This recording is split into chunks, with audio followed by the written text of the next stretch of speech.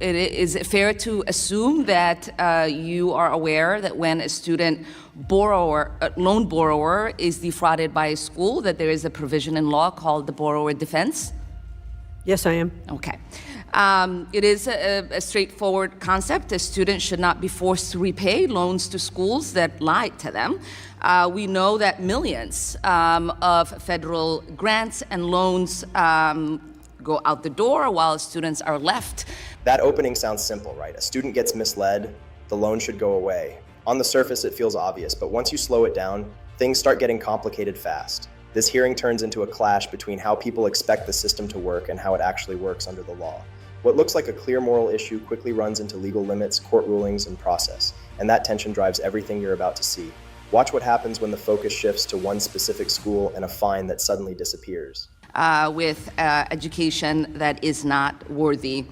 So I was actually surprised a few weeks ago when your department quietly rescinded $37 million fine that was placed against Grand Canyon University. Can you explain why that happened?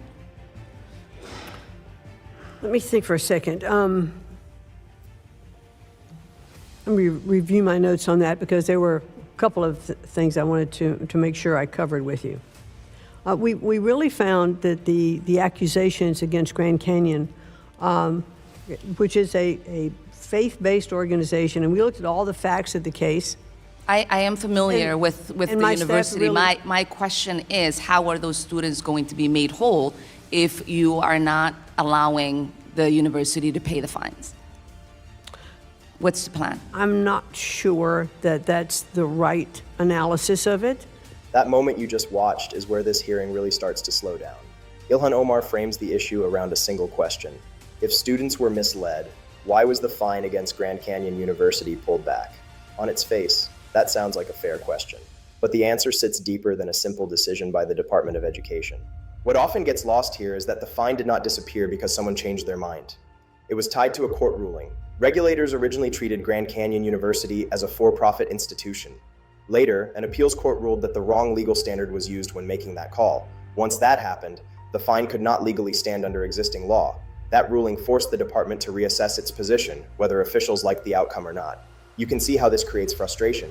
From a public point of view, students still feel harmed. From a legal point of view, enforcement depends on classification and authority. That tension explains why Linda McMahon keeps returning to process, documentation, and written follow-ups instead of giving a direct promise on the spot.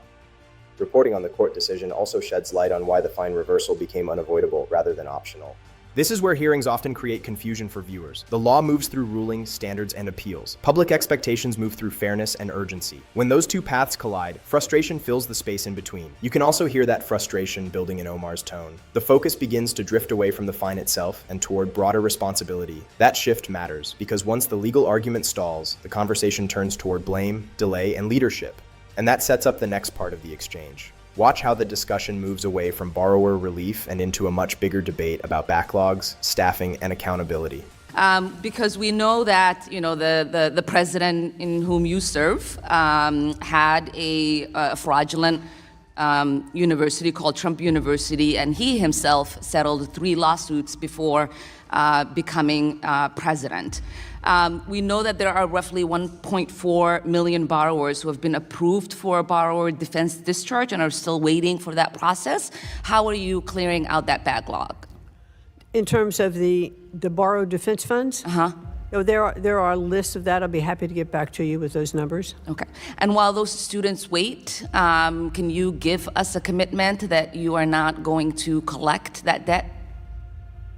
Yeah, I'll have to get back to you on that as to what the situation is. And I don't understand how that's a difficult question to say yes to. They've been defrauded. They are waiting for relief. While they wait for their relief, well, if they shouldn't have to pay back that debt. Well, if they've been defrauded and it's been adjudicated that they've been defrauded, then I'll get back to you as to what the time frame is and why there's a holdup if there is. This is where the hearing starts to move away from one school and one fine and toward a much bigger issue. Ilhan Omar shifts the focus to the borrower defense backlog.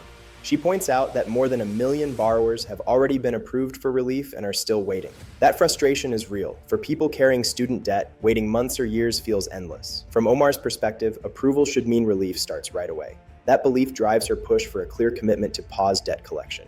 When that commitment does not come, the tension rises. You can hear it in how the questions tighten and how disbelief creeps into her tone.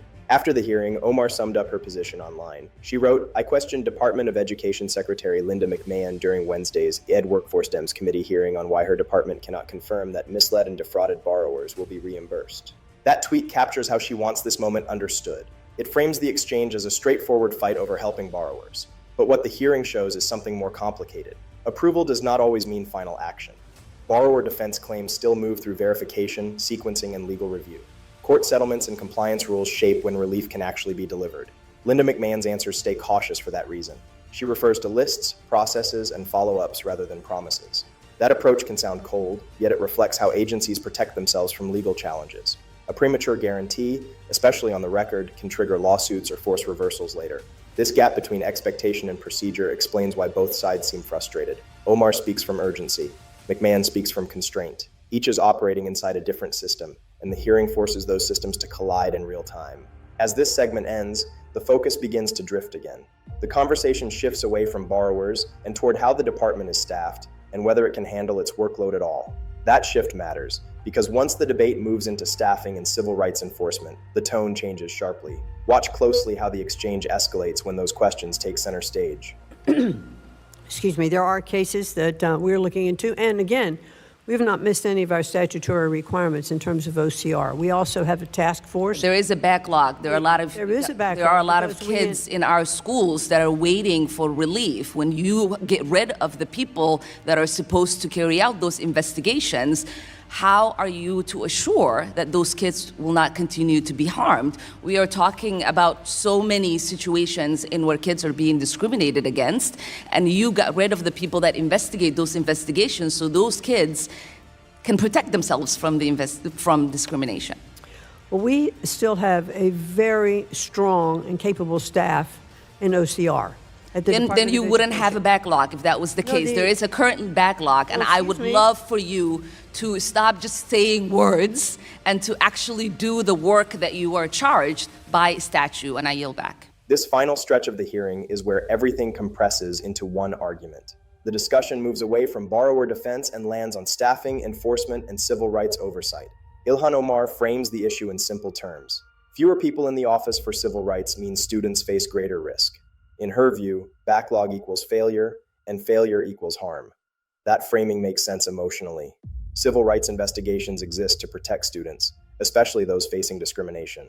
When cases pile up, families feel ignored. But what this exchange shows is that backlog alone does not explain why delays exist. Civil rights enforcement depends on funding levels, court orders, investigative scope, and inherited caseloads that stretch back years. Linda McMahon's responses stay anchored in compliance language. She repeats that statutory requirements continue to be met and that capable staff remain in place. That distinction matters. Agencies can reduce or reorganize teams while still operating under legal mandates. Staffing size and legal authority do not always move together. This is where public hearings often mislead viewers. They compress long-running structural problems into a single moment and a single decision. The Office for Civil Rights has struggled with backlog across multiple administrations under shifting priorities and legal constraints. That history rarely fits into a soundbite. Reporting has shown how complicated those staffing questions actually are. Earlier this year, NPR detailed how hundreds of OCR staff members were laid off, then reinstated after court intervention, before being placed on administrative leave and later ordered back to work. That cycle alone explains why enforcement timelines remain unstable, regardless of who sits in the hearing room. When Omar closes by telling McMahon to stop saying words and do the work, it lands sharply on camera. It reflects genuine frustration. It also highlights the divide between political accountability and institutional process. Politicians speak in outcomes. Agencies operate through procedure, documentation, and legal risk management. McMahon never matches the intensity. She returns to operational language and ends without escalation. That contrast defines the exchange. One side pushes urgency, the other reinforces limits. Viewers are left to decide which approach feels more credible. The broader takeaway sits beyond any single clip. Hearings create moments that feel decisive, yet most policy outcomes happen slowly, shaped by court rulings, classification standards, and administrative capacity. When those forces collide on live television, tension fills the gap. That tension is what made this exchange go viral, and it is why watching the full context matters far more than any single line or reaction. This hearing shows why context matters more than clips. Behind every viral moment sit laws, court rulings, and systems that move slower than frustration allows. If you want clarity over noise and understanding over outrage, stay here. We will keep breaking down the stories shaping policy, power, and public trust.